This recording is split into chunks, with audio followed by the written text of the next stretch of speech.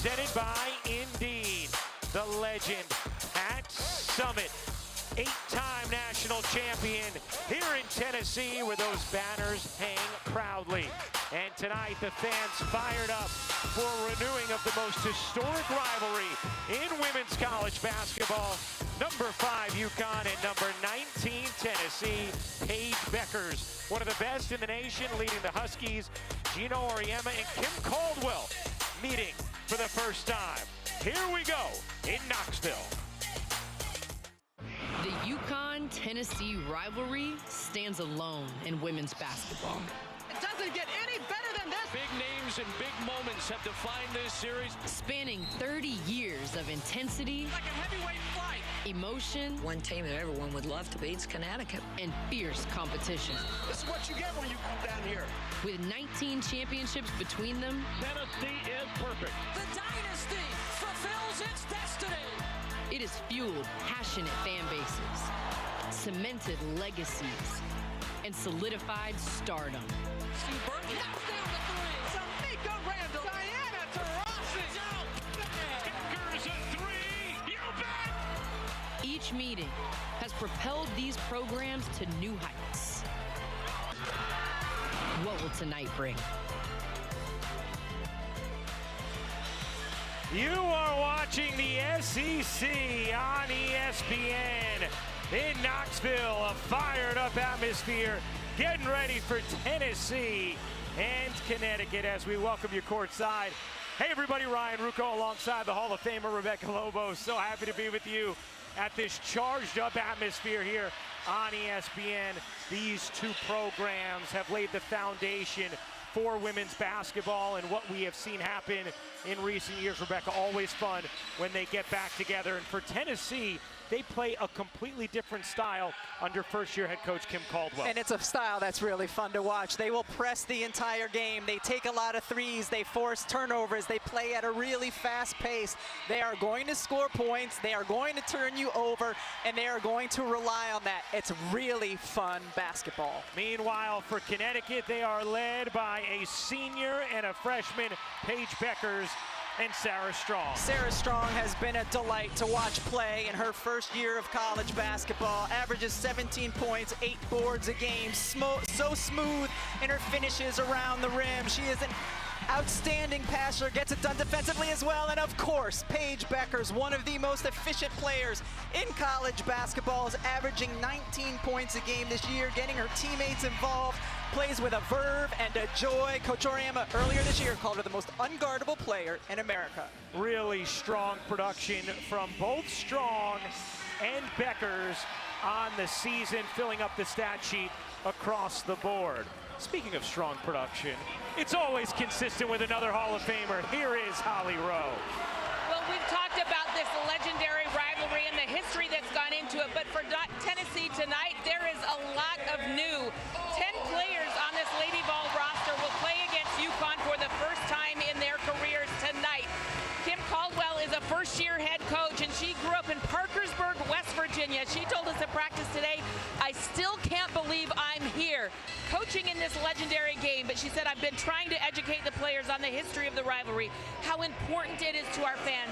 The best thing I can tell them, it's just like when we beat Alabama in football this season and the goalposts ended up in the river.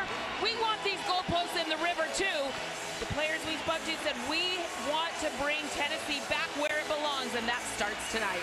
Yeah, saying they put the backboards in the river if they beat them for the first time since 2007. Kim Caldwell, in her first season as Tennessee head coach, talked about feeling nerves even this morning for this moment, and Gino Auriemma has been in a lot of these. His 40th season at the helm of Connecticut.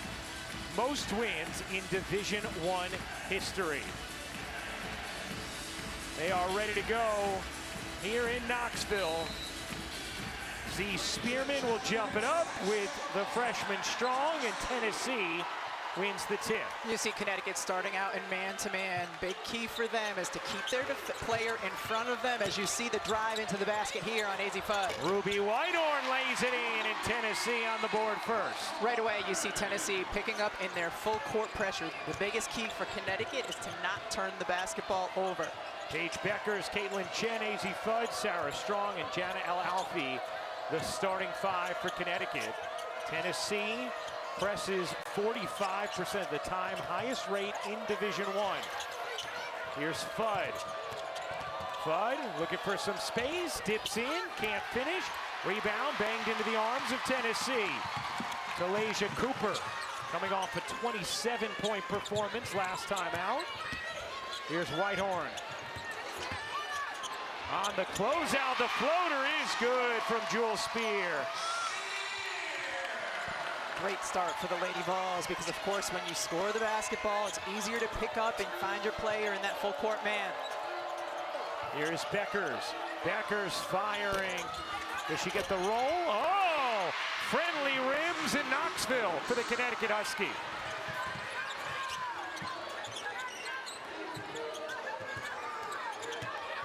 Knocked away, Fudd nearly on the steal, but it last hits her. And already you have subs for Tennessee, and this is because of the style they play, Rebecca. Yeah, Kim Caldwell subs usually right at this mark in the first quarter, about a minute and a half in, and she wants her players when they come out of the game to be out of breath. She wants them to be working so hard in that full 94 feet that she has to continue to sub like this. We were talking to her about the origin of this style, and it came from when she was a player at Glenville State. Her early years there at the D2 school, they had played a slow style. She said over the course of the season, her team actually got out of shape. They gained weight because it was a slow plodding style, and so many players that didn't play were unhappy. Then they had a new coach come in, and his style, Bunky Harkleroad's style, was to play everybody, to play fast. And she said it was so fun, and everybody felt like they were part of winning and losing, that she wanted to adopt the style herself as a coach. And it's all about trying to get more field goal attempts than your opponent. They aim for at least 20 more a game. They're just under that mark right now, which is tops in D1. And so every possession we've seen them pick up full court, and every possession we've seen Connecticut handle and get a couple decent shots. If you can get by that first line of pressure, you will have numbers. You're Strong pivoting away and banking it in. Pretty footwork from the freshman. Her touch around the basket, the footwork there, but also the fade and the finish off glass. Darby's three is off. Rebound lands in the lap of Strong. Here comes Beckers, a 5-4 Connecticut lead early. Beckers looking inside, and a whistle will go against Tennessee. Just take a look at Sarah Strong, both of her footwork and then her handwork. Here she spins, comes back, gets the shoulders squared, faded, eyes stay on the rim. Just, that's a tough shot. Tough feet, tough hands, and she finishes. Gina Oriema says she has unusual composure for a freshman. Here's Chen, baseline off. Rebound underneath. El-Alfi can't finish it. By the way, that foul on Tennessee was on Whitehorn, her first. Catch, fire, no on the three from Spear. El-Alfi looking to control the rebound, and the possession arrow is Connecticut. And that's what Tennessee does. They take a lot of threes, they attempt and make the most threes in the country, and they get to the offensive glass on misses. That time it ends up in a tie-up in possession UConn, but Tennessee is all over the offensive board. Second in the nation in second chance points, over 18 per game. To your point about the way they crash the offensive glass. See, also second in offensive rebounds per game.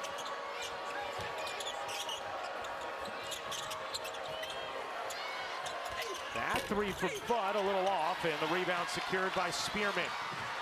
Here comes Talasia Cooper. Wide open wing three is good. Sarah Puckett knocks it down.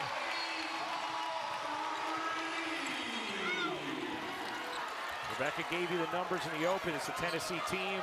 Shoots 33 threes a game, makes 11, both first in Division I. Beckers looking to respond, can't. And Puckett secures the rebound. Here comes Spear. Cooper walks into a three. Off.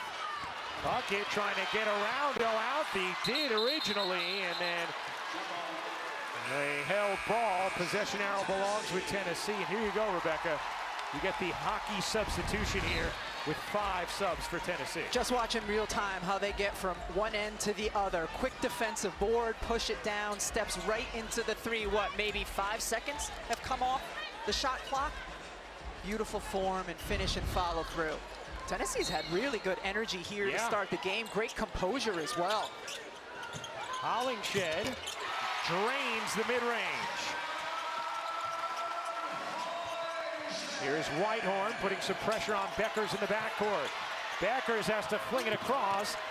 Nice delivery from Fudd and the layup from Sarah Strong. And this is what you'll get. If you can beat the front line of the press, you're going to get layups the other way. Whitehorn able to save it. It sets up a 3. That is off for Darby. Another offensive rebound.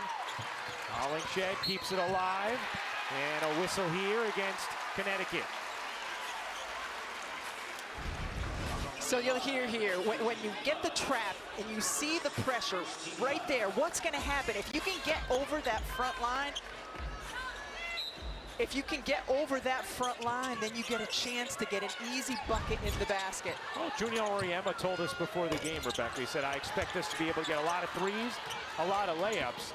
Yes, if a team blitzes you all the time, they may get some sacks, but you're also going to have a chance for big plays like those layups. Gino loves mixing in other sport analogies, too. A trademark of his conversation. Whitehorn finds the cutter. Hollingshed pivots and gets fouled. Janelle Alfie picks up her first personal. And you have 5 more subs coming for Tennessee. I mean, it really is unlike anything you see in college basketball, just how frequently they sub all 5. It reminds me so much, and any parent whose kid has played youth basketball understands this. It reminds me so much of that style. You got everybody equal minutes, so you sub in 5 in, 5 out. You press all game. Like, it looks so much like that, but at a much, much higher level, Ryan. Hey, while we're on youth basketball, can we tell the coaches around the country, stop playing zone with 8-year-olds? Yes. My goodness. Stop playing zone, stop pressing. The kids are not strong enough to make outside shots or pass over the zone. It should be man only. Your win-loss record on the 8-year-old rec team, I promise you, it won't follow you around and haunt you in life. Thank you for that public service announcement. That's what we do here. We're having that conversation with Jeff Vols last week when we were doing the game. Exactly. 6 bench points from Tennessee already. Obviously, the way they access their bench allows that number to be quite high. Here's Beckers with a lot of space, and the blocking foul is called as Beckers will go to the line to shoot 2. I think Gino Oriema has to be pleased with how aggressive Paige Beckers is offensively. We've seen her look for her shot, whether it's from outside or in. Just a nice take inside. Gets to the free throw line. The way Z Spearman shoved Boyd into Beckers, they could have given Spearman the foul. Instead, it's Boyd's first. Beckers having an outstanding season, the presumptive #1 pick for the upcoming 2025 WNBA draft. Let's check out tonight's player resume brought to you by Indeed. Beckers, the National Player of the Year as a freshman, and the #1 prospect for this upcoming draft. A selection currently owned by the Dallas Wings. Much like Caitlin Clark a season ago, I think Paige Beckers' game is going to translate immediately. Yeah. Will she have some bumps in the road like any rookie does, like Caitlin Clark did early? Most likely, but she is going to be a very good pro right away.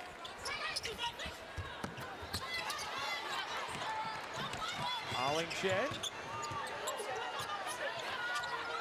Out there with Boyd, Spearman, Puckett, and Jewel Spear.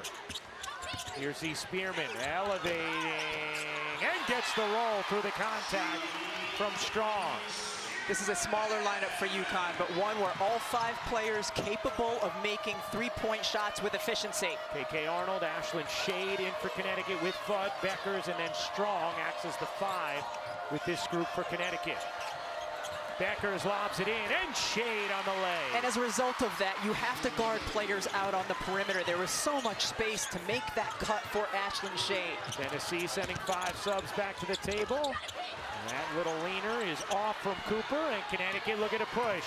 Arnold to Strong, and she's fouled. Looks like that was Boyd, and that would be her second. Good action early in Knoxville. Timeout on the floor. ESPN's exclusive presentation of college basketball is presented by Indeed. The world can work better.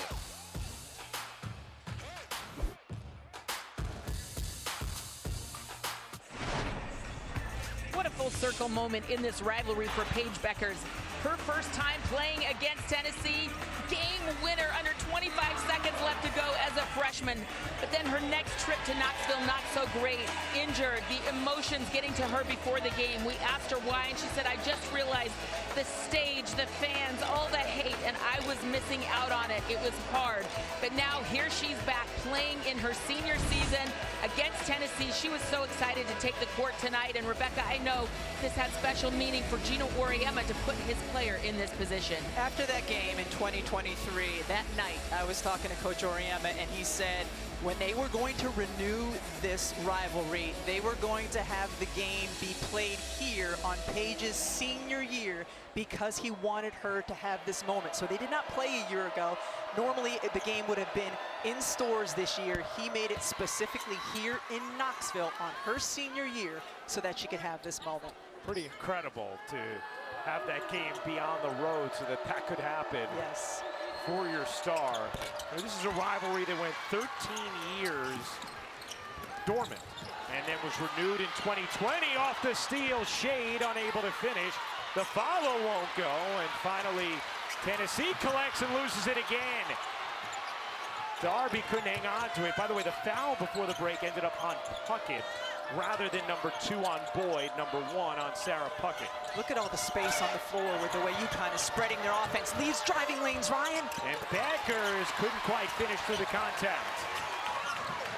Nice job for Tennessee to survive an onslaught of layup attempts there. A deep 3 is good. Samara Spencer on the board.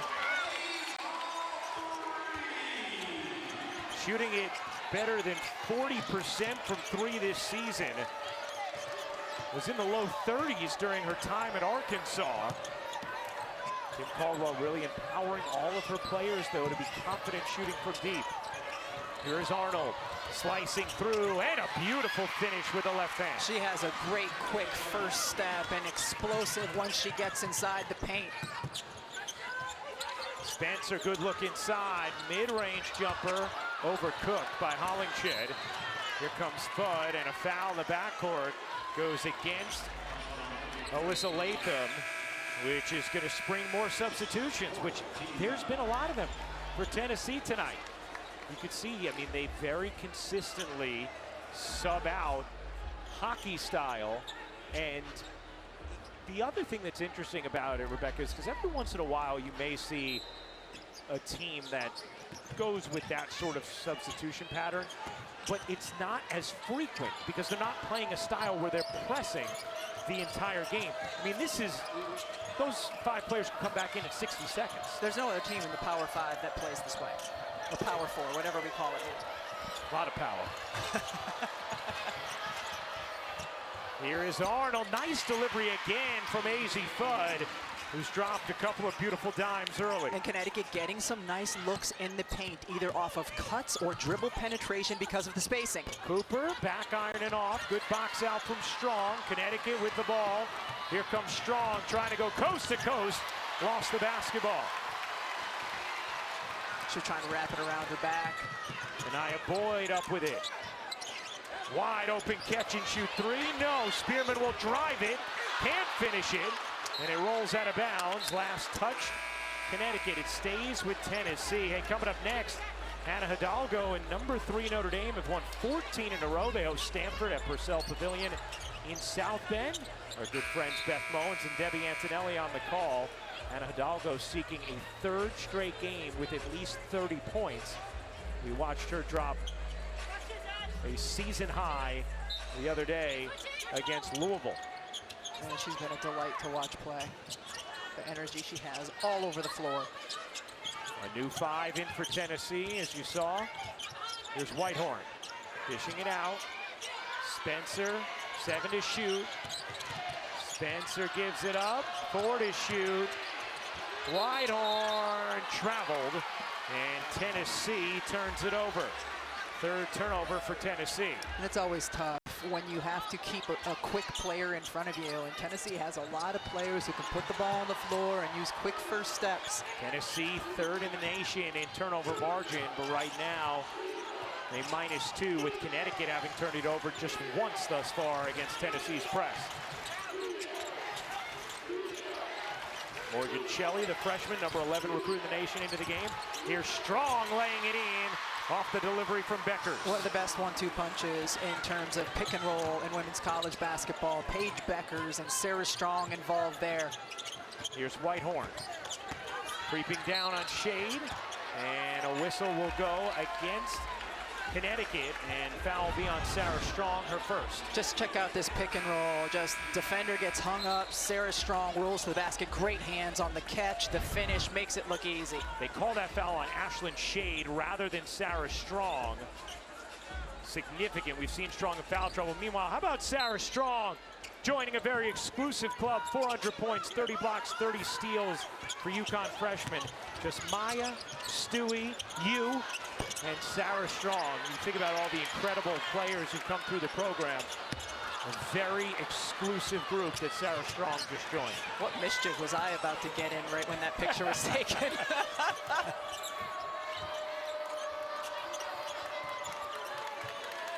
19-15, Connecticut in front, under a minute to go in the first. Here is Strong. Strong looking for an angle. Gives it up. Shelley drops it. Here comes Tennessee on the break. Jewel Spear Euros in and finishes.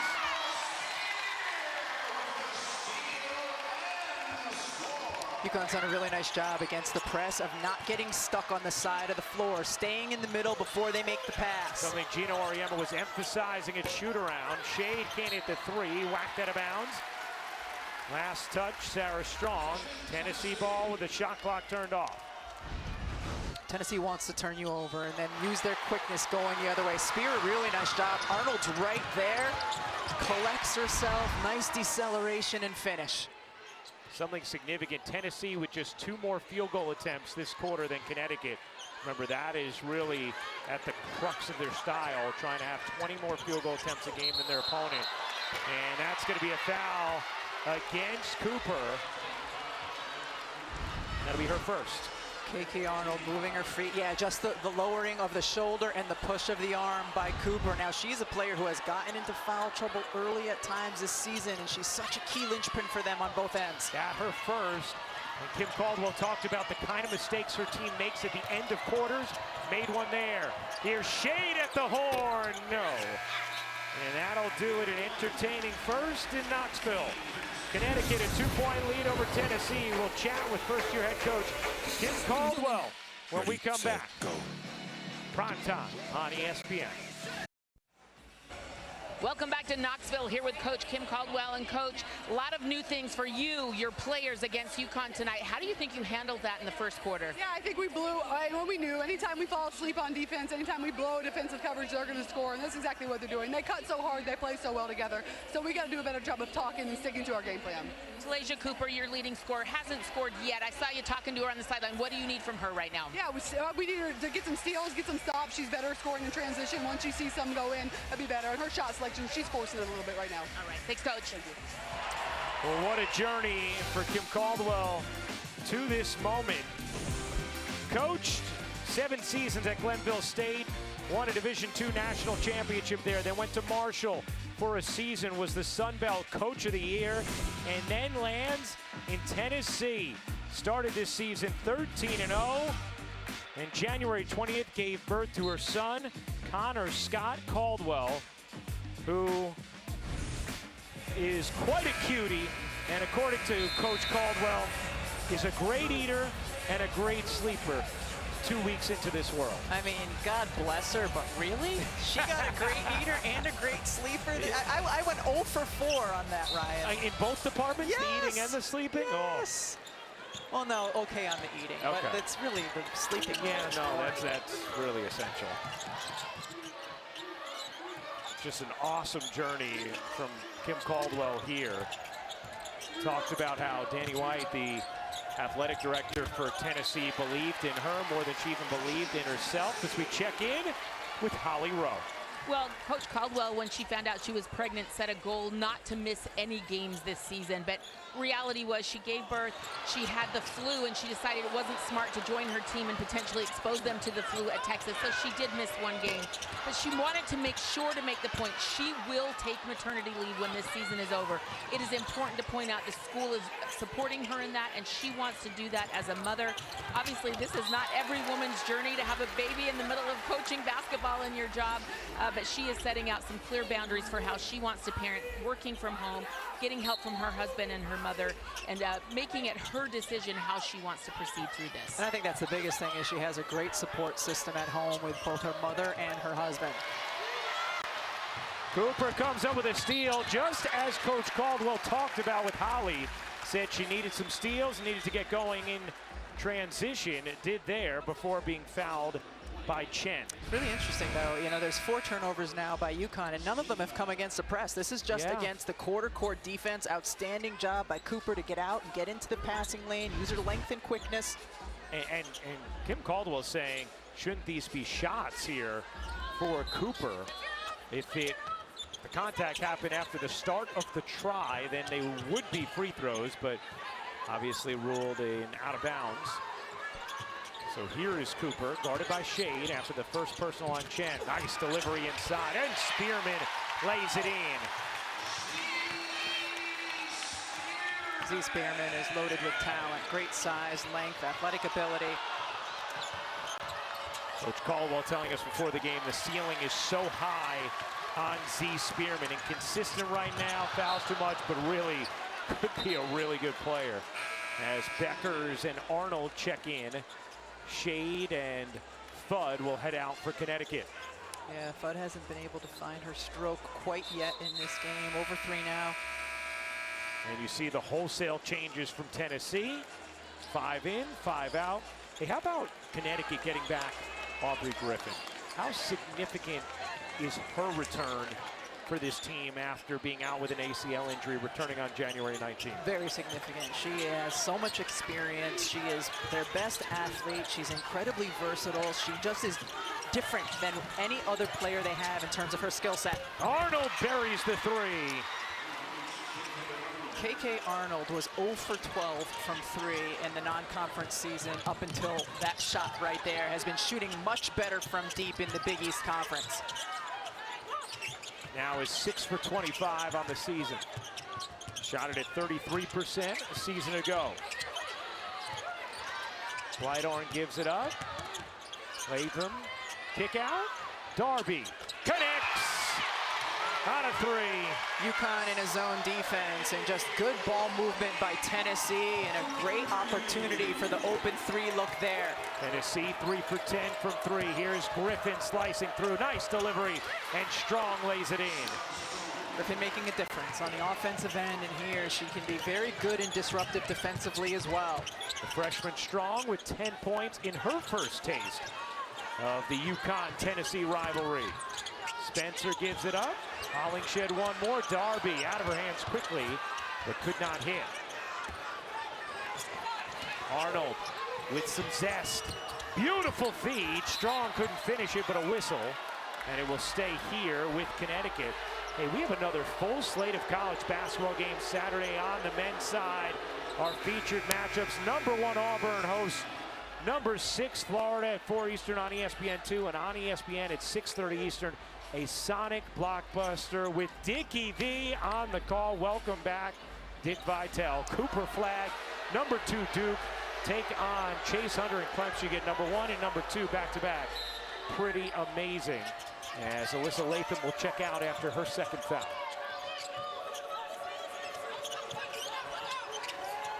We 24-22, Connecticut in front. Arnold, not that time. Griffin flies in. There you go, Rebecca. Again, that's one of the things she can do with her burst of speed, athletic ability. Can be a game changer. Beckers finds some space. Oh, nice look, and Strong lays it in. Outstanding delivery from Beckers. Sarah Strong up to 12 points on 5 of 6 shooting. Been a tightly played game throughout this first half as Beckers and Chen were in the area, and the foul is called on Connecticut.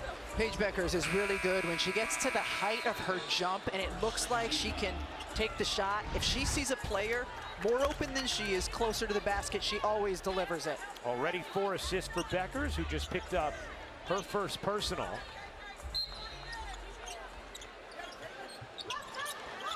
Here's Whitehorn.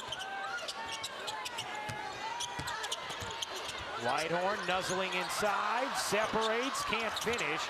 Rebound tipped out, Arnold ends up with it. Arnold, nice pitter-patter dribble, veering through traffic, can't scoop it in. Tennessee with numbers the other way. Beckers had to be careful there in the open floor with just picking up her first. Spencer, short on a 3, follows it up and lays it in. Pace picking up. That's been a point of emphasis for Connecticut in recent weeks, trying to be quicker with the first 10 seconds of their possessions. Beckers can't hit that 3. Cooper unable to pizza pie it in, and there you go, a foul against Hollingshed as she went over the back of Beckers. It is really hard to rebound and box out against a three-point shooter, and that time Beckers does the flyby and not there to box out. It's one of the reasons Tennessee is such a good offensive rebounding team, is the number of shots that they take, but also it's just harder to rebound when somebody has taken a 3 when you're the defense. Hollingshed picks up her first. Arnold dishes. Alfie lays it in. How about the difference Arnold has made off the bench in this game? Yeah, she has been doing that all season long for Connecticut and just brings a different energy, her ability to drive, increase pace. Well, I think they're going to give that foul to Paige Beckers, her second. So Griffin and Beckers were there, but it's Beckers who gets hit with number 2. Let's see, Rebecca. Yeah, if it was going to be on someone, it was going to be on Beckers. It looked clean up top, but I think she might down below with her left arm, gotten into the body. Here's the Spearman at the line. Over 70% on the season, misses the first. Gina Auriemma going to leave Beckers in for now. What do you think of that decision, Rebecca? He trusts her. I mean, this is a really experienced player who just has to be very, very smart these last 5:36. Well, now he's going to take her out. I thought he trusted her. Juice wasn't worth the squeeze in the second quarter. Gino decides. Azzi Fudd in. Griffin, nice catch. What a denial. Spearman showing off that athleticism. That was athlete on offense, athlete on defense. Aubrey Griffin goes in on the left side. She can be explosive. Spearman right there. What a beautiful block. Beautiful block using her length and size. 6'4", bouncy with length. Here's Griffin trying to separate, able to muscle it in through Whitehorn. These are the most important minutes Aubrey Griffin has played since her return this year, and the most impactful as well. 5-point Connecticut lead. They're a +8 in the paint. Cooper to the corner. Spearman airmailed it, and Arnold catches the air ball again. Hastily up the floor. Griffin turns inside and lays it in. You wonder if can Aubrey Griffin play these last 5 minutes of this quarter again. This is only her 5th game back. The other day played 12 minutes in Connecticut's last contest as another offensive rebound. Whitehorn sets up Cooper. Whoa. Too much velocity on that attempt. Connecticut, its largest lead, it's 7 as Fudd just leads Chen a little too far. 7-point Connecticut lead in Knoxville.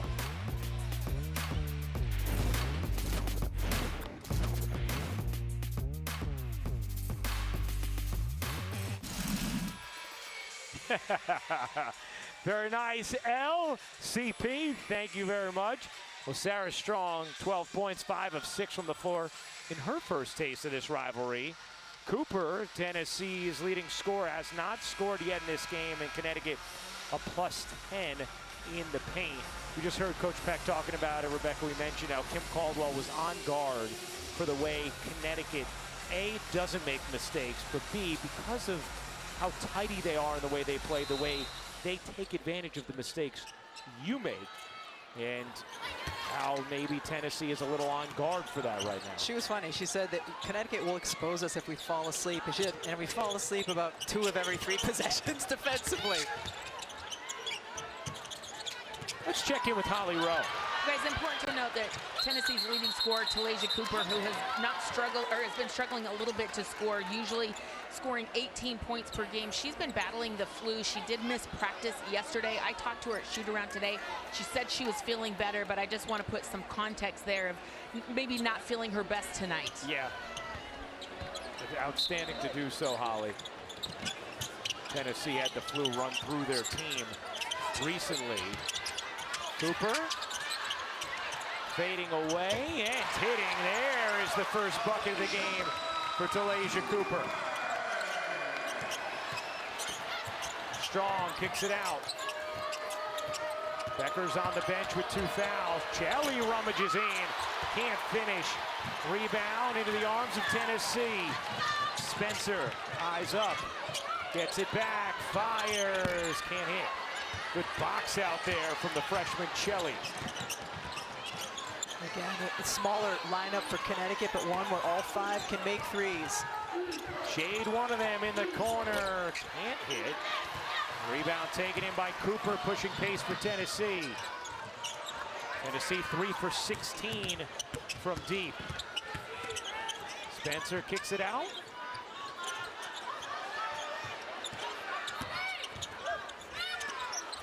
And a foul called on the spin. Whitehorn will go to the line.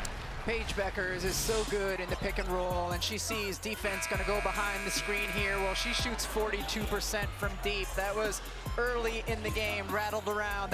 This time, you get a little bit of a hedge or a switch, so she knows how to find her roller in Sarah Strong, and then just navigates around, finds her teammate inside. Since she was a freshman, Gina Oriama has talked to us about the fact she can get to the spots on the floor, wherever she wants to get, and that was a great example there. Well, he says, and she comes back in with her 2 fouls with 3:05 to go in this second quarter. Gino always says she moves like water as far as getting to the spot she wants on the floor. Yeah, I love it. The water gets where it wants to go, Rebecca, as many people's basements can attest from time to time. We have water stains in ours. Whitehorn hits the second free throw.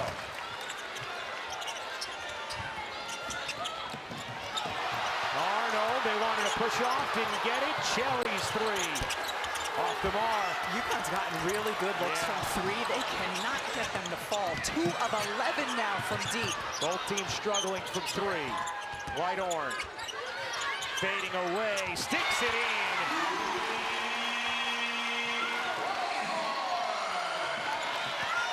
Two-point game.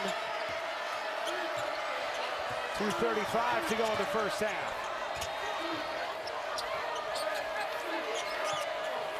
Beckers. Will pick and roll with Strong. Beckers reverses it, but pull-up jumper off, rebound, bucket for Tennessee, surrounded, and the possession arrow belongs to Connecticut.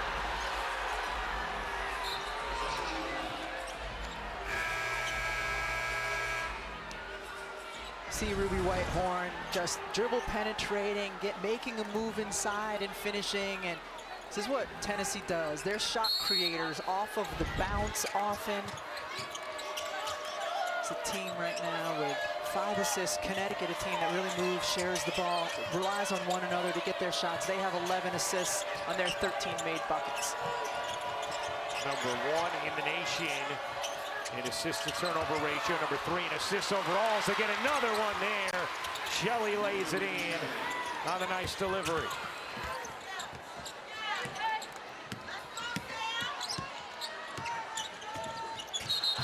And that's going the other way. KK Arnold fired up. You have to get to the spot and you have to own the real estate. And KK Arnold here, just moving her feet, showing her quickness. Ooh, what do you think? I think that might have been a play on for me.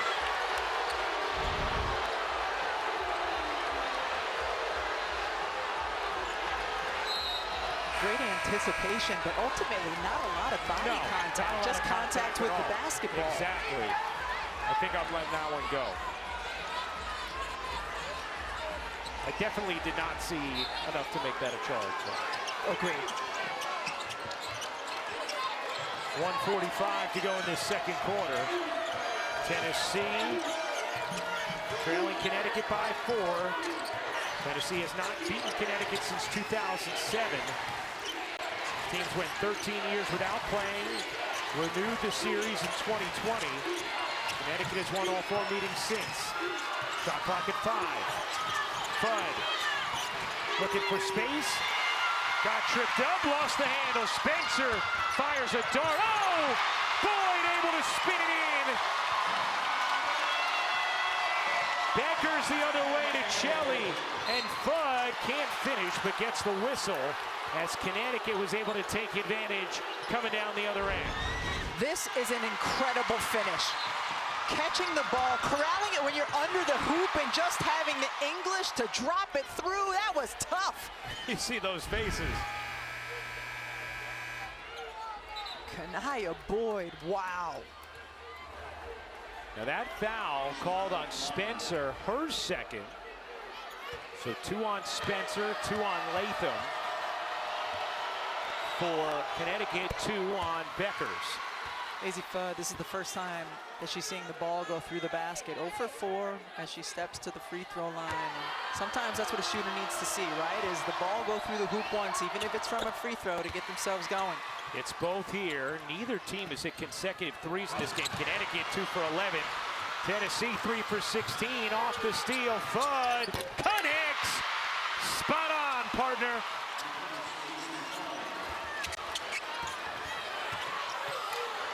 Hit those free throws, and then the first look she gets from 3, nails it. And just like that, a 5-point swing in Connecticut's favor. See Connecticut now trapping out on the perimeter. Wow, what footwork. Jewel Spear, a chance for 3. But the trap, and then Tennessee's pass out of it leaves Connecticut exposed in the middle in the paint. And just beautiful footwork here. A couple dribbles, gets inside. Nice step through and finish. That wasn't a travel. No, Wake Forest transfer, over 2,000 points in her career. Kim Caldwell told us we need to get her more touches. And said, I want her pulling some deep threes too. Again, Connecticut off and running. Shade can't finish it though. A lot of missed layups for Connecticut too, uncharacteristically. Just a slight difference game in shot clock. Tennessee can essentially wind this down. These late quarter possessions, Kim Caldwell pointed out to us as mistakes her team somewhat consistently has made. Saw one at the end of the first. And a whistle here is going to go against Fudd. And that is going to be number 3 on AZ Fudd. So Beckers had gone to the bench again with her 2 after playing for a couple minutes. Fudd stays out there and picks up her 3rd with just 11 seconds to go in the half. A kind of a benign moment in the possession.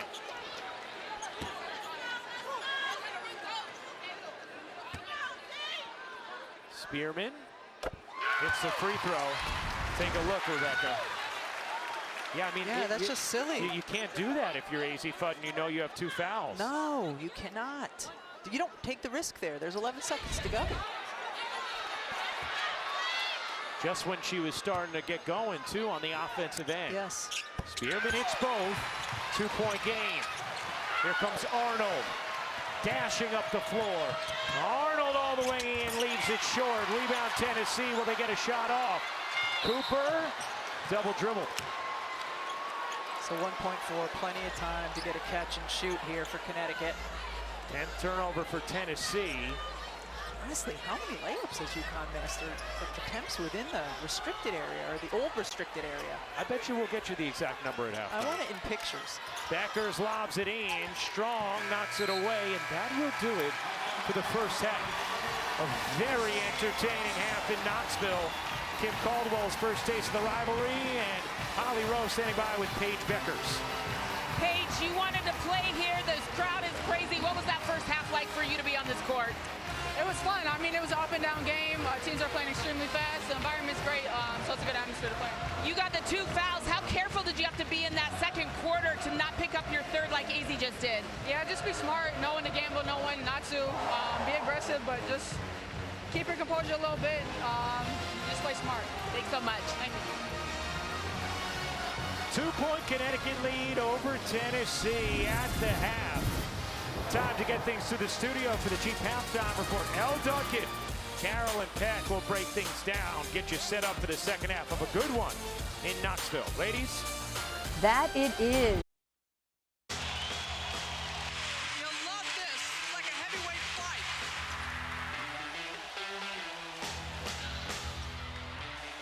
Taurasi for 3. Watch out!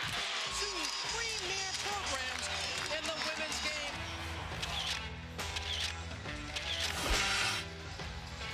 Welcome back to Thursday Primetime, presented by Indeed. Entertaining first half in Knoxville. Sarah Strong, 12 points on 5 of 6 shooting, the freshman delivering. And how about Jewel Spear with some pretty finishes on the interior, 7 points to lead the way for Tennessee. As we welcome you courtside once again, Ryan Rucco alongside the Hall of Famer Rebecca Lobo. Really fun first half with both teams staying attached throughout. Yeah, it was exciting. It was what we expected in terms of pace of play, really getting up and down. Curious how UConn's going to handle that because they, sub less than Tennessee does. But now we're going to look at tonight's game track, brought to you by E-Trade from Morgan Stanley. How'd I do? Really good. You see the contested and uncontested shooting for Connecticut. Tennessee with 9 different players with made field goals. 5 lead changes, 4 ties, and the largest lead was Connecticut by 7. Connecticut's largest run was 6-0. Tennessee's was 5-0. See the shooting inside the paint versus outside for Tennessee as there's another miss outside the paint for the Lady Vols. Becker's off and running. Feeds Chen for the lay. Coach Oriama told us coming into this game that he was hopeful to get a lot of open layups and threes. That's one of their open layups, or layups that they've been able to convert. 6 missed shot in the restricted area for Connecticut in that first half. 5 assists for Beckers. Crowd will stand until Tennessee's first bucket. They do it each half. Jana Alfie tips the rebound away. By the way, Connecticut without Ice Brady right now, a key big in their rotation, dealing with a shoulder injury, out at least a couple of weeks. As El Alfie couldn't finish. Here comes Cooper. A deep 3 is off the mark for Jewel Spear. And subs coming already for Tennessee. Paige Becker is not only an elite shot maker, but an assister as well. You see her eyes up the entire time, just looks over, easy delivery to Chen. But always looking, always assessing, trying to figure out if she can find someone an easy look. Is the only time you root for one team to make a basket or another when the people stand and then sit if they do? And we can't see? Yes. Beckers hits the leaner. Hollingshed twisting, dishing, and everyone will sit now. Vision no longer blurred as Alyssa Latham lays it in. And a double dribble from Connecticut. They turn it over as we send things over to Holly Rowe. Well, you talked a lot about the pressure of Tennessee in that first half. Kim Caldwell told us earlier at shoot-around, we might not turn UConn over. They're a good ball handling team, but I'm hoping that our pressure wears them down, wears Paige Beckers down in the fourth quarter. And you look at the missed three-point shots, the layups, how hard is it to play against this press? They always say it, pressure is cumulative, and that's what Kim Caldwell was hoping for against this UConn team. Such a terrific point, Holly, and something she really focused on with us before the game, knowing Connecticut wouldn't be sped up into a ton of turnovers. As Hollingshed able to finish. And especially with the way Tennessee subs versus the way Connecticut subs, absolutely could be a cumulative wear-down effect. Strong can't curl it in. Alfie gets fouled. It'll be on Latham, and that is her third. Hollingshed has good size for Tennessee inside at 6'5", and here just nestling in. What are you usually saying? Nuzzling? Nuzzling. Nuzzling in? You want to go That was a nuzzle. Yeah. Probably not a nestle. It is a nuzzle.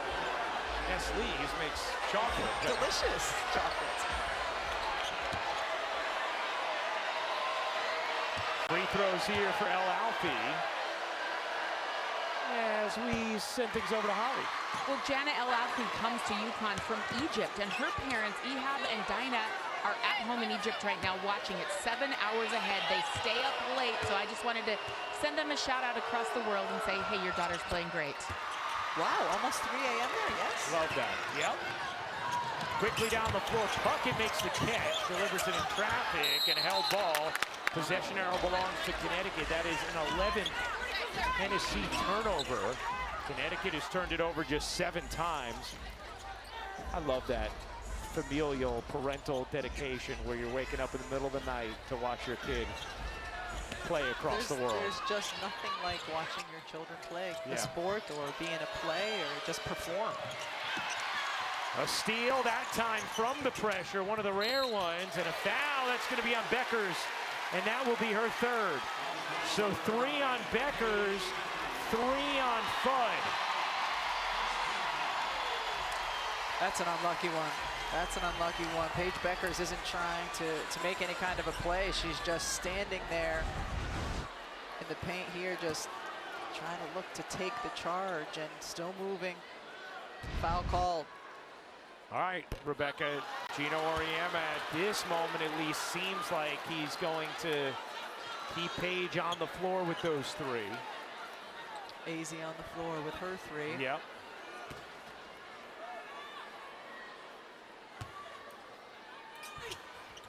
Cooper misses them both. Beckers can't grab the rebound. Another chance for Tennessee. Puckett off. From Tennessee, I'm attacking. Whether it's AZ, Fudd, or I'm attacking Paige Beckers. See if you can pick up a 4th. Here's Cooper putting Beckers in the pick and roll. Cooper lays it in. There you go. That's smart. And Connecticut switching, and that's an advantage for Cooper over El Alfie. Malaysia Cooper, who has been dealing with the flu, as Holly reported earlier, coming off a 27-point performance against Missouri. Quiet at the start, starting to get it going a little bit. Now Alfie, deep catch, has the size, draws 2, extra feed, Chen. No. And El Alfie had the size advantage inside. Tennessee had to send a double team. Connecticut with great ball movement. That's a terrific look for Chen. Connecticut's gotten a lot of open looks inside and from 3 and are just not shooting the ball well at all today. 3 of 13 from the perimeter. And they're 6th in Division I in 3-point percentage, shooting it over 38% as a team from 3. Rebecca, you're right. They're generating a lot of in-rhythm, great looks from 3. They're just not falling. Something we saw from Connecticut in the first half against Notre Dame. They couldn't get 3s to fall. Spencer curls it in, and the game is tied.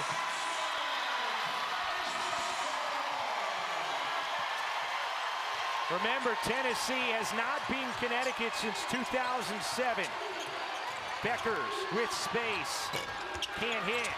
Rebound, Tennessee. Cooper pushing Pays.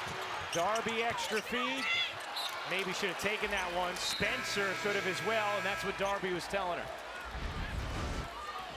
See here, Spencer with the basketball in her hands, driving left, getting into the paint, turning the corner, just Beautifully done. Fudd, you see her with her hands up? Yeah. Can't foul there. Cannot foul there. Doesn't want to pick up the fourth. Cooper, loose handle. Here's Spencer. Fudd again. Yeah, trying to be careful. Spencer flips it in, and Tennessee jumps in front. Gino Auriemma might have to put in a bench player for Fudd because they're attacking her. Tennessee is. And now Spencer a steal, all alone, lays it in.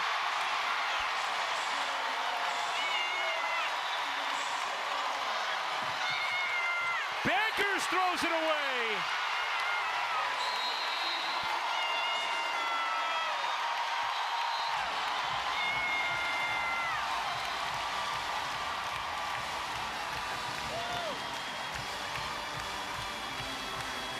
Tennessee not only with the 4-point lead, but they have all of the momentum here right now.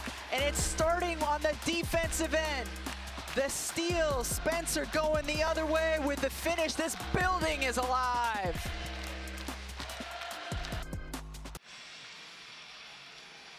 You're watching the SEC on ESPN.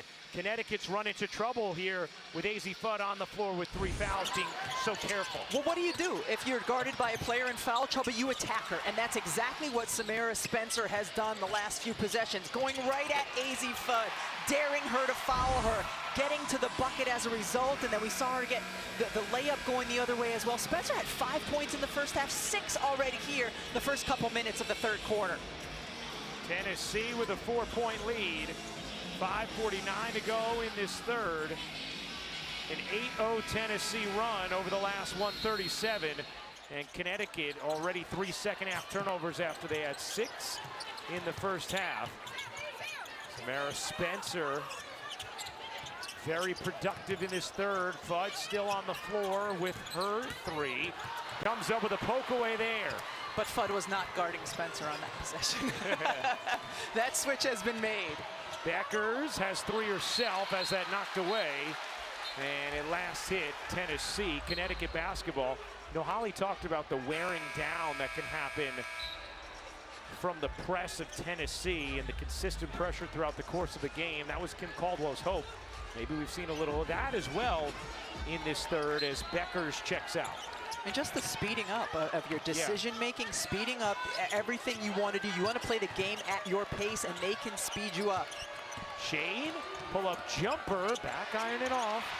Rebound secured by Spencer. Spencer dishes out, bucket, you bet!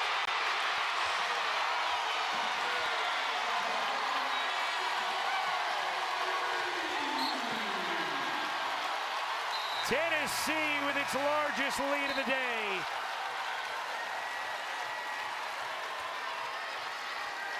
Tennessee will take open looks in transition. We saw it in the first half. Look how quickly they advance the basketball. You have to retreat for the paint and then try to contest the shooters. Great look there for Puckett. Tennessee, 7 of 12 from the floor in the third. UConn just 2 for 7. Tennessee getting those added field goal attempts. That is the aim of the style they play. Knocked away, Strong able to save it, dish it, Fudd can't hit it. Shade on the old glass and a whistle. Timeout on the floor. Tennessee in the midst of an 11-0 run. They have a 7-point lead. Trying to beat Connecticut for the first time since 2007. Just an incredible stretch for the Tennessee Lady Vols. Sarah Puckett steps into the 3, drains it. Wow, they're feeling it here in Knoxville. Well, when you think about the Museum of Women's College Basketball, it is adorned with Tennessee and Connecticut, 19 combined national championships, 14 National Players of the Year in 22 seasons. 1 National Player of the Year in the last 8 seasons. This is what's happened lately. That was Paige Beckers back in 2021. And no national championship since 2017.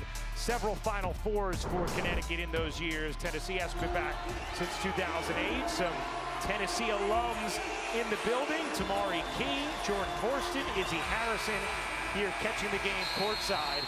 But as Holly talked about earlier, So Kim Caldwell was informing her players about what this rivalry means, what it would mean to the fan base to beat Connecticut. As Beckers can't hit the three, trying to flag it down, and it ends up with Darby. She told her team, Darby can't hit the three. Say, remember how they took the goalposts when we beat Alabama in football and put it in the river? As Holly talked about earlier. Kim Caldwell told her team, if we win this basketball game, they'll take the backboards and throw them in the river. Holly?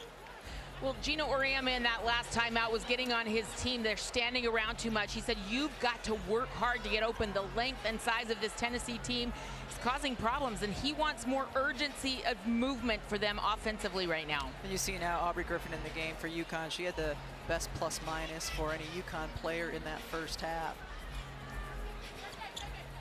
Griffin, Fudd, Beckers, Arnold, and Strong are the 5 for Connecticut. Here's Cooper. Cooper crosses over, slides through, and lays it in. And again on the switch, attacking AZ Fudd with her 3 fouls. AZ and Page both with 3. Tennessee on a 13-0 run. They have a 9-point lead. Strong bodying in. Sarah Strong gets denied by Hollingshed. Here comes Cooper to the corner. Darby didn't take it. Spencer on the drive. Can't lay it in. The follow no good. Hollingshed trying to save it, and it's out of bounds. It's Connecticut basketball.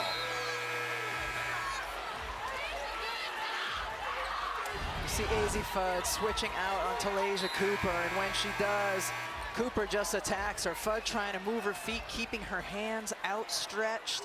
And Ryan, the last time when Tennessee was coming down the floor, 3 UConn players were trailing the possession a little bit. Again, the cumulative effect of fatigue, and will it play a factor here in these last 13-plus minutes? 13-0 run, the longest UConn has surrendered this season. Griffin can't hit the 3. Strong there for the follow. Her first bucket of the third quarter ends the 13-0 run. Cooper gets denied by the freshman Strong. Hey, here's our ESPN NBA Friday matchup. Joel Embiid, Tyrese Maxey, and the Sixers take on Cade Cunningham and the Pistons at 7:30 Eastern. NBA Countdown tips off our coverage at 7 Eastern. Tyrese Maxey, just a joy to watch play. Yeah, always plays with joy. Tennessee men's team in the building. One of the best teams in the nation. Jordan Gainey there. Here's Spencer.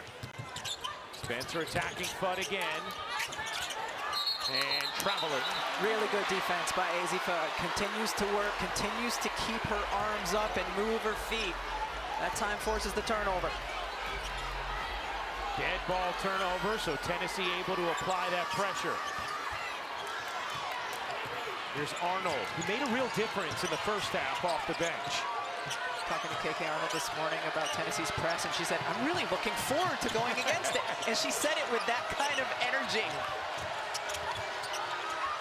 Fudd a 3 is good. If you're gonna leave her on the floor, playing cautiously on the defensive end with 3, that's why you want that payoff on the offensive end. Yes, you need to involve her offensively.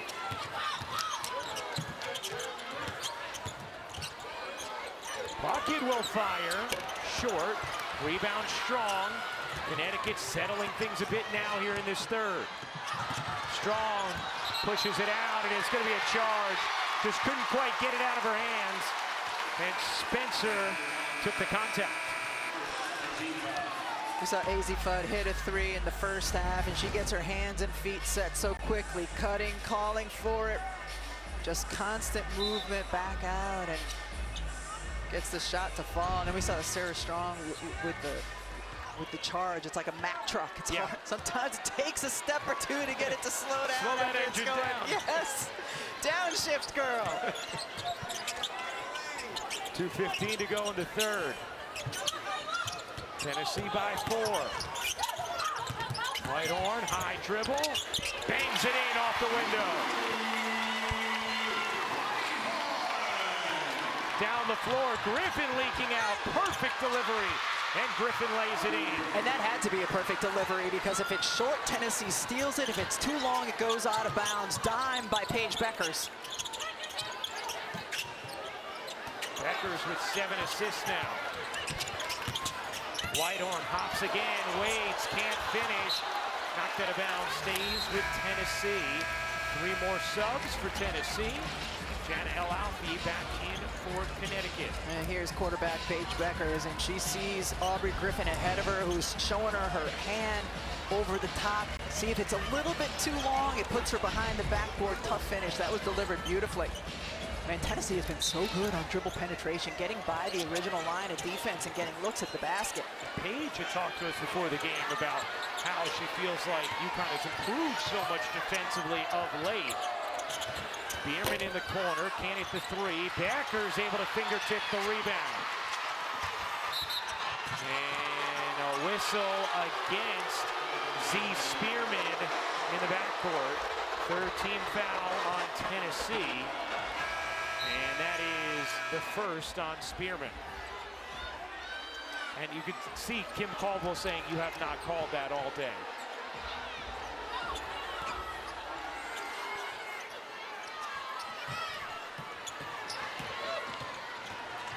Arnold blurring up the floor, can't bank it in. Another good look, not finished at the rim for Connecticut. Spencer wheels, lost it, gets it back. Cooper in a crowd, can't finish. And a whistle's gonna keep things here. El-Alfi called for the foul. Hey, coming up, 9 Eastern, 8 Central on the SEC Network. We'll take you to the Moody Center in Austin. Madison Booker, 4th-ranked Texas, hosts Michaela Blake's number 24 Vanderbilt. What did Blake have the other day? 53. 53 points. 53 points. All by herself. Well, not by herself, but she had all 53. Incredible. Amazing. Very talented young player. Cooper has the pass knocked away. Here comes Arnold. Connecticut with numbers. Beckers back to Arnold, who lays it in through the contact. It's a 2-point game. Connecticut trailed by as many as 9 in this quarter after the 13-0 Tennessee run. They have responded with a 9-2 run of their own. They've got some really nice looks, getting out in transition, corralling boards, pushing the other way. KK Arnold has continued to make a difference. She and Aubrey Griffin in that first half had the best plus minuses. They made an impact here in this 3rd quarter as well.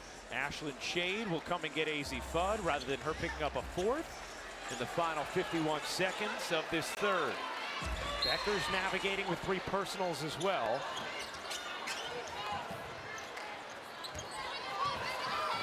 Here's Spencer.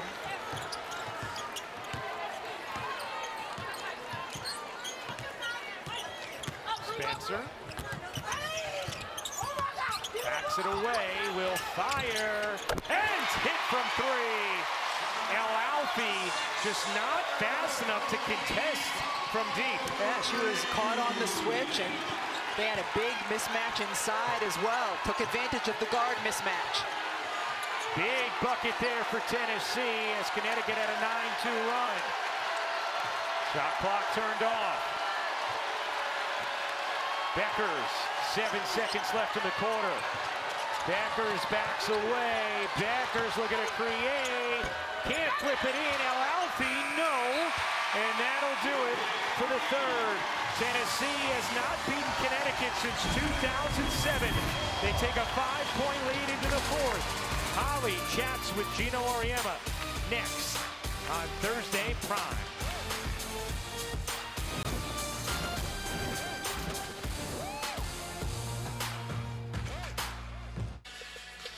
ESPN's exclusive presentation of college basketball is presented by Indeed. The world can work better. Moments ago, Ali Rowe catching up with Gino Auriemma. Coach Auriemma, Tennessee had just gone on a big run, 13-0. What did you like about the way your group responded to get right back in it? You know, it seems like all night, you know, when we need to make an open shot, we don't. When we need to make a layup, we don't. you know, I knew at some point they were going to miss enough that we could rebound and get some transition baskets, but right now we're having a hard time keeping them out of the lane, so it puts a lot of pressure on us on the offensive end. So if we can't figure out a way to keep them out of the lane, then I think we're going to be in big trouble. You just asked them offensively to move more, get open more. How do you do that against this press now in the fourth quarter? Well, the press isn't a problem except for that one stretch of like 2 minutes, you know. But down here, I think we're a little too stagnant. And we get like that, and I don't understand why. Because when we move, we get wide open shots. But we're going to have to come up with something. Thanks, Coach. Well, Gino Auriemma needs to see some more movement. His team down 5, getting ready to start the fourth quarter. And Rebecca, all season long, you've been acknowledging different managers throughout college basketball. Got our manager spotlight. First, this is Jake Gallo, who's a UConn graduate assistant. He spent 4 years as a manager for the UConn women. Now he's in charge of the male practice players. Next to him, hidden by the backboard a little bit, McKenna Hochschild. Now, she's in her first year as a graduate assistant, but she's in charge of the manager. She's a great player at Colorado State a year ago, averaged over 20 points a game for them. Said she's in charge of UConn's managers. UConn has 21 managers. So she is tiny, but packs a big punch. Sarah Strong can't hit the 3. Another good look. Connecticut's generated great looks all night. Haven't been able to cash in. Tennessee was looking for a foul in the backcourt on Arnold. Did not get one. Daisy Fudd begins the fourth quarter on the bench with 3 fouls. Paige Becker's 7 assists, now 8 assists in this game, but just 2 of 9 from the floor. Spearman's 3 is good. Again, Connecticut has been slow to get out on Spearman, and she cashes in. Happened with Spencer, now it happens with Spearman. You heard in the interview, Gino Auriemma talking about his team getting stagnant. How many times in the first quarter did we see them have success moving and cutting and getting looks in the paint? 8-point Tennessee lead. Becker's pull-up is good. And this might be what UConn's offense becomes. When you need buckets, you set a high ball screen, 4 Paige Beckers using Sarah Strong. It puts defense in all kinds of problems. Tennessee has hit consecutive 3s for the first time tonight. Here's Spencer, methodically wiggling down. Spearman out beyond the arc. 7 to shoot. Spearman pops it in. Z Spearman now with 12. Arnold separates, dives inside, and lays it in. And to the naked eye, that looked like a good no call. Yes. And certainly not a travel, just a great step through. KK Arnold has been really, really good in this game. 2 minutes into the fourth, 6-point Tennessee lead. Spear flips it out. Ruby Whitehorn guarded by Shade. Whitehorn has it knocked away by Arnold, pokes it out to Spencer. Her 3 is off, and a shot clock violation on Tennessee, their 16th turnover of the game. Well, certainly plenty at stake when Connecticut meets Tennessee. Connecticut has won 11 straight on the season. Their last loss December 21st against USC in a thrilling game.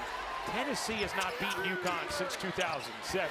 Now, it is important to note there was a 13-year gap where those teams did not meet. But they renewed the series in 2020, and Connecticut has won every meeting since. Becker's mid-range. Not that time. Griffin able to flag it down. Griffin turns the corner, can't lay it in. Knocked out of bounds. We check in with Holly.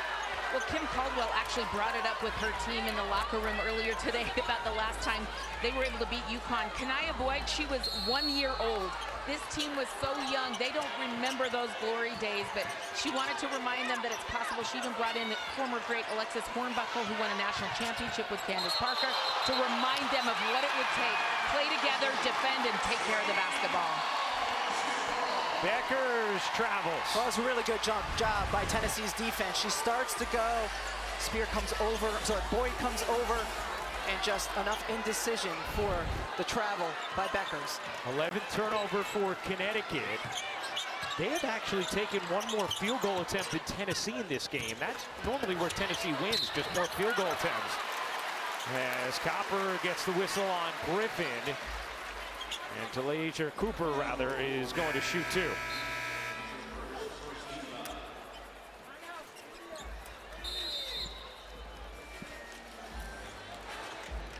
Timeout on the floor, 7:01 to go in the fourth. Tennessee a 6-point lead.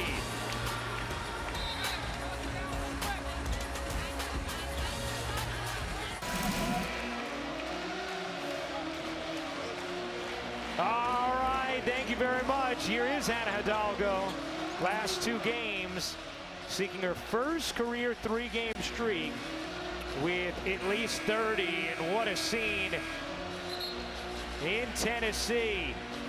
This student section hoping to see something they have not seen since 2007. You know, some of them have just never seen it. That's a young student section. Cooper misses the first. Tennessee is 7 for 13 from the line tonight. They may rue those missed free throws depending what happens down the stretch here as Darby checks in. Here's Beckers. Under 7 to go in the fourth. Tennessee a 7-point lead.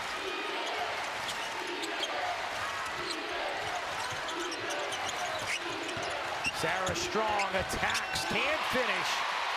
Rebound Latham. Here's Spencer.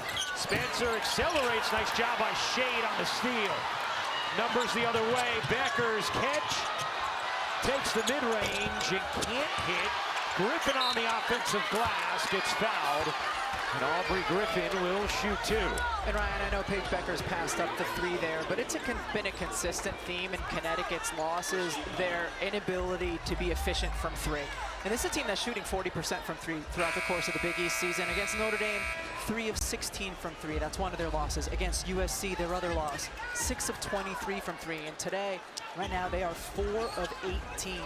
So you actually like that decision as Latham checks out with 4 fouls. You like the decision of, hey, pass up that look even though it's open and try and get something a little closer.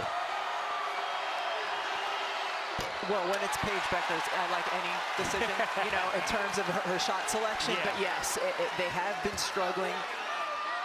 So has she. 1 of 4 from 3 on the day. Or even if you're not co-signing the decision, you're at least giving a justification for it. Yes. But I'm not co-signing. I'll double negative you there. Now we're really political. Spencer gets denied by Strong. Try to keep it in bounds, could not. 6:14 to go in the fourth. Spencer able to get by and just navigate, but Sarah Strong with her length. She leads Connecticut in shot blocking this season. Whitehorn goes behind the back, flips it out. Spearman gives it up. Jewel Spear, 6 to shoot. Spencer trying to create. Spear with 2 to shoot. A deep 3 from Cooper is airballed. And here comes Beckers, running the break for Connecticut. Beckers through contact, banks it in. Tough shot. 11 points, 8 assists for Beckers. Cooper the other end, able to hook it home. And Tennessee's ability to just dribble, penetrate, and get, granted, they're tough finishes, but they're getting both feet in the paint, multiple players and scoring. Cooper, who struggled early, battling illness. Her offense has come along as the game has gone along. Strong, into the paint, able to lay it in. 16 points for Sarah Strong. Cooper dribbles it off her leg into the arms of Beckers. Beckers pushing pace, bounces to Griffin, denied, but a foul. And free throws here for Aubrey Griffin, with Connecticut trailing by 4 and under 5 minutes to go. Azzi Fudd at the scorer's table coming back in. She has been out for a really long stretch. So is Chen, who will check back in for Arnold. Chen struggled a bit at the beginning of that third.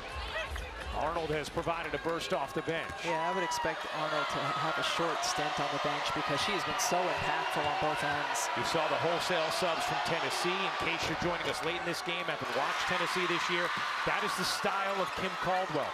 She subs often, plentifully, and does not have her players play really long stretches of time. Changes up her starting lineup consistently, actually has a formula each game to determine who will start. Points, assists, rebounds, steals, minus turnovers, game to game. 14 different starting lineup combinations this year. It's unheard of.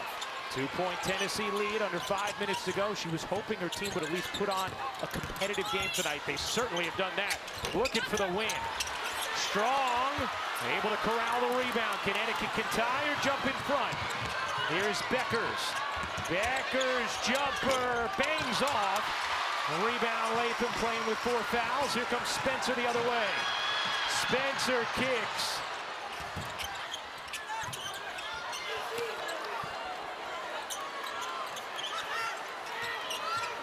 Whitehorn creeping in, looking for help. Swings it out. Latham, 5 to shoot, spinning and finishing.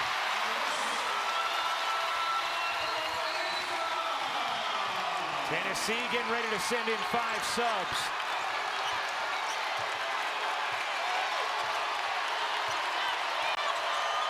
Terrific crowd in Knoxville. Nice cut from Shade and a good find from Strong. A little overplay by Tennessee and a turn to the head, and as soon as she saw it, Ashton Shade cut to the basket. Strong, an outstanding passer. Here's Spencer. Tennessee has been in games, really tight games late against some of the best teams in the nation, and they haven't been able to quite pull off those wins. Another opportunity here tonight as Strong able to come up with a steal. How about the freshman Strong? Beckers, Chen gets fouled, and Connecticut will go to the line with a chance to tie. We mentioned Sarah Strong leads UConn in blocks. She also leads them in steals. Here, just gets her feet around, pokes the ball. Wow, tight ropes it in the corner, and then delivers it the other way. Chen going in, gets hit at the free throw line to tie the game. Chen came into this game 14 of 18 from the line on the season and makes the first. Boy, so many big plays from Sarah Strong in this push from Connecticut over the last few minutes of the fourth on both ends of the floor for the freshman. And Chen ties it at 69. You've heard me say it a lot over the season, Ryan. What are you doing to impact winning even when you're not scoring? We've seen a lot of that from Sarah Strong. While also putting up 16 yes. points. Yes. Jewel Spear, it's the 3. Big bucket from Jewel Spear. Had been 0 for 5 from downtown. Tennessee in front, 72-69.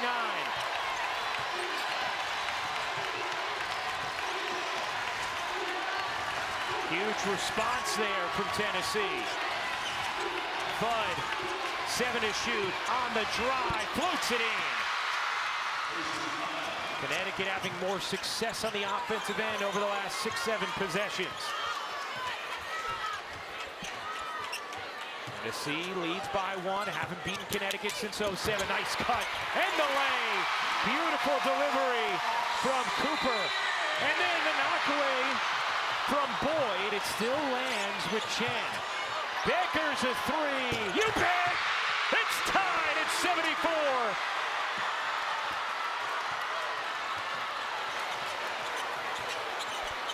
Feeling like we're back in the late 90s.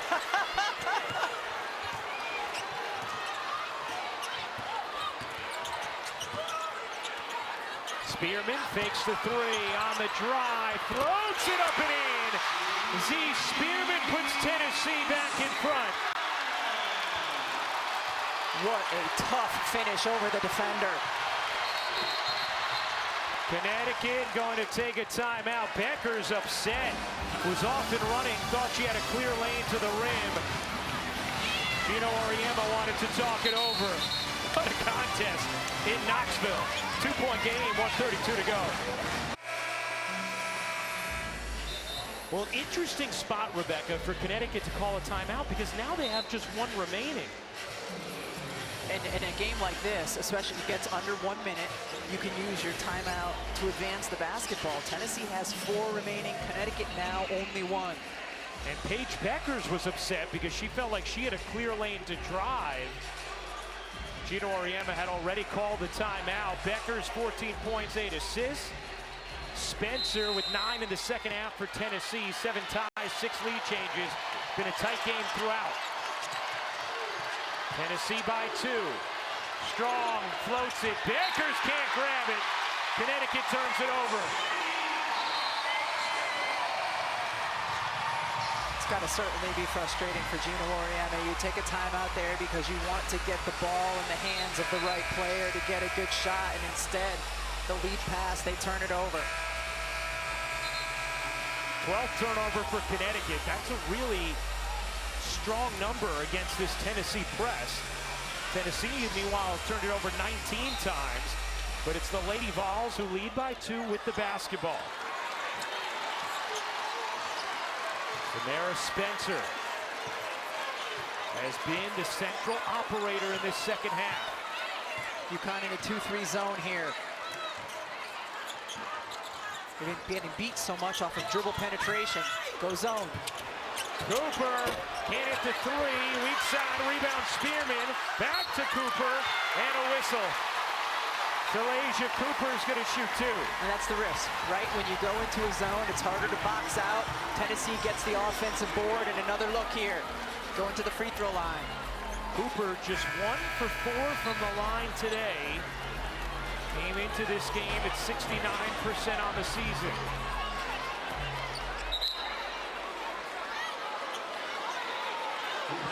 .102 to go. Tennessee with a smorgasbord of timeouts left. Connecticut just 1. Cooper hits the first.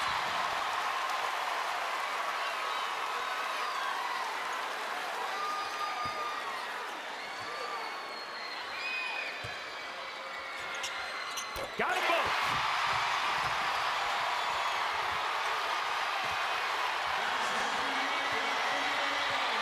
Inside of a minute to go. Tennessee by 3. Arnold lost the handle. Finds Strong, who lays it in. 1-point game. Sarah Strong, 18 points, 9 rebounds.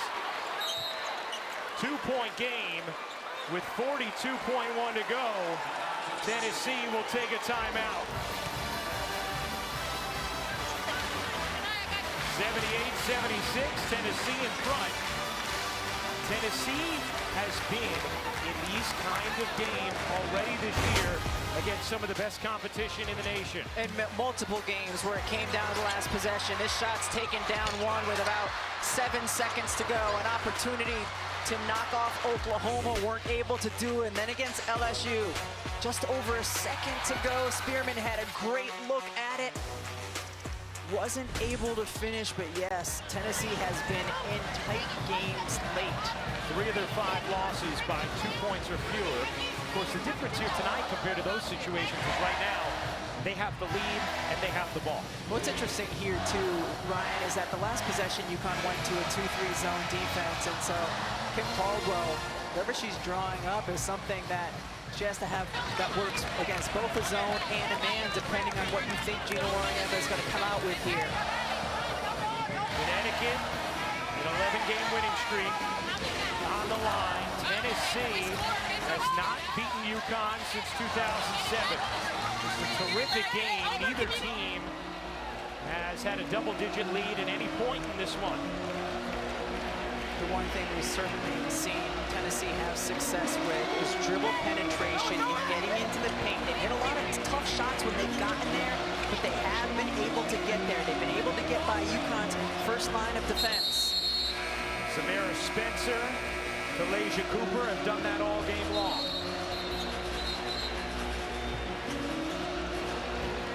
Talked earlier in this half about Paige Becker's Easy Fudd both having 3 fouls. They still just have 3 fouls, so they can play defense for real. No more, trying to avoid foul trouble. 42 seconds to go. Tennessee 78, UConn 76. UConn in man-to-man here. Griffin on Cooper, double comes, pass is knocked away, and it last hit Fudd, but they will take a look. It looked like it actually may have deflected off of Tennessee after it hit AZ Fudd, and they're going to take a look. Smart decision. Connecticut comes out in a man-to-man, but immediately traps in the corner, trying to force a tough decision. It's Tennessee's ball. Claw on the floor, Tennessee ball, but yes, the officials in under 2 minutes can go to the monitor whenever they want in order to look at the out of bounds. Let's see, Rebecca. Fudd tips it. Does it hit Whitehorn afterwards? Hard to tell from there. It really is. And remember, the call on the floor is Tennessee ball. So you need to see conclusive evidence in order to overturn it here. Does it hit Whitehorn right there? Ooh, I don't know. I don't think it does. I'm not sure it does either. Like, if you look at the seams on the basketball and where they're going, a little harder to see here. Definitely hits Fudd. I think that's off on Fudd. I don't think there's anything clear from these replays where you could overturn. Yes, agree. I think you'd have to give Tennessee the basketball. Let's see, is there anything right here? I'll really zoom in on it.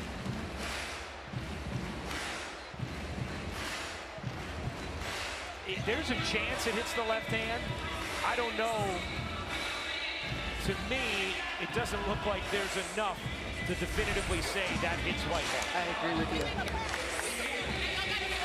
Now, if it is Tennessee basketball, they're going to have 13 on the shot clock. 33.6 remaining in this fourth quarter. The call is confirmed. It is Tennessee's ball. The game clock reset to 33.8. 33.8 on the game clock. Tennessee's ball. Confirmed. All right, Rebecca. So we just saw what Connecticut did defensively out of the last inbound. Wouldn't be surprised to see them do something similar here. Of course, you don't want to use your foul. You want to play this straight up, try to get the stop. Only 13 on the shot clock.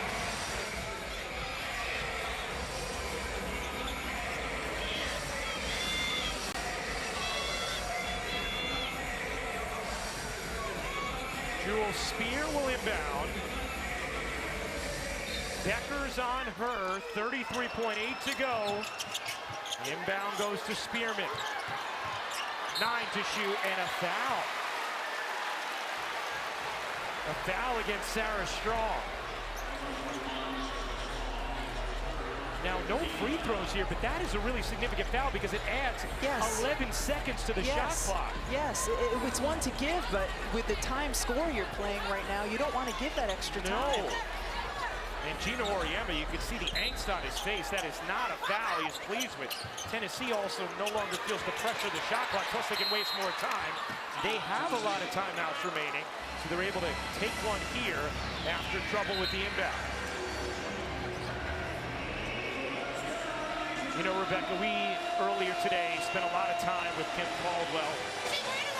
You had a Tennessee game earlier this year. Holly, my first interaction with her, really impressive woman in her confidence to be open and say, look, I just hope we play a competitive game tonight.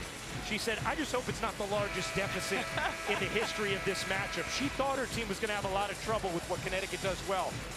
No matter what happens the rest of these 30 seconds, she has to be thrilled with what Tennessee has done tonight. Certainly thrilled with their effort, their execution, the way they stuck to their game plan.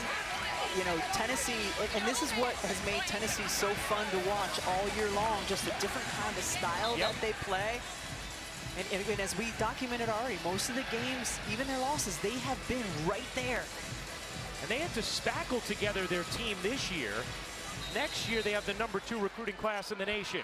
30 seconds to go. Tennessee by 2. Tennessee going to run some more clock. Here is Cooper guarded by Fudd. Shot clock at 10. Cooper with it at 8. Cooper, strong switched on her. At 4, Cooper dumps it down. Spearman lays it in. Tennessee by 4. Timeout, Connecticut.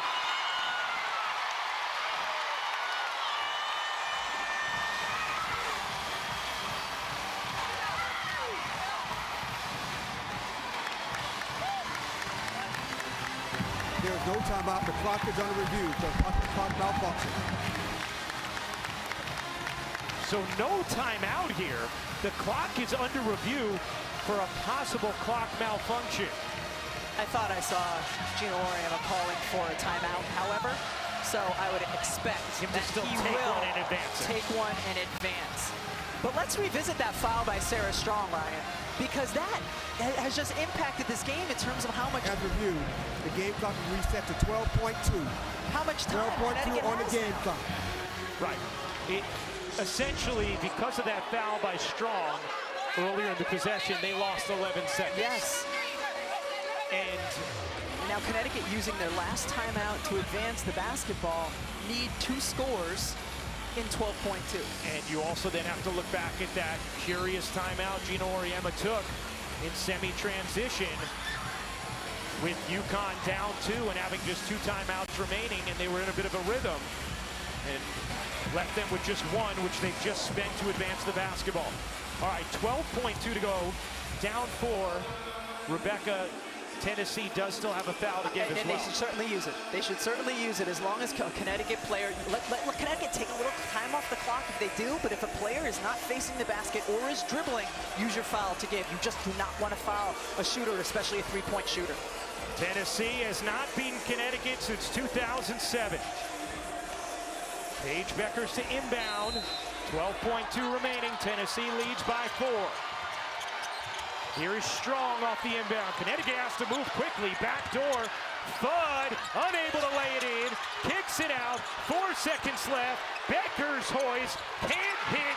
And for the first time since 2007, Tennessee has defeated Connecticut.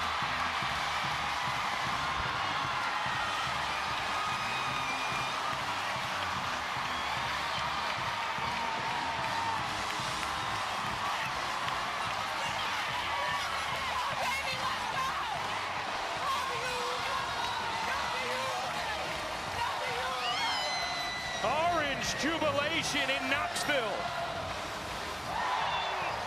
And a signature win for Kim Caldwell's team in her first year as head coach of the Lady Vols. And Coach Caldwell is with Holly Rowe. Well, Coach, you told us before the game you couldn't believe you're even here coaching against UConn tonight. How did you beat them? I thought we played really hard. I was so proud of our effort. That's a very good team. I just thought we maybe outworked them, and that's all we needed. It hasn't happened since 2007. Your kids were young. They didn't know the importance. How did they find the heart to get this win tonight? I think this fan base had a little something to do with it. You gave birth 18 days ago. Can we put into perspective what you're accomplishing out here, Coach? I want to go home and see my baby boy. Do it, Coach. Thank you. For Coach Caldwell and Tennessee, an 80-76 win over Connecticut. What a contest in Knoxville. For our producer, Kerry Callahan, our director, Mike Roy, the Hall of Famers, Rebecca Lobo and Holly Rowe. I'm Ryan Rucco, Stanford, Notre Dame, Beth Mullins, Debbie Antonelli. Take it away.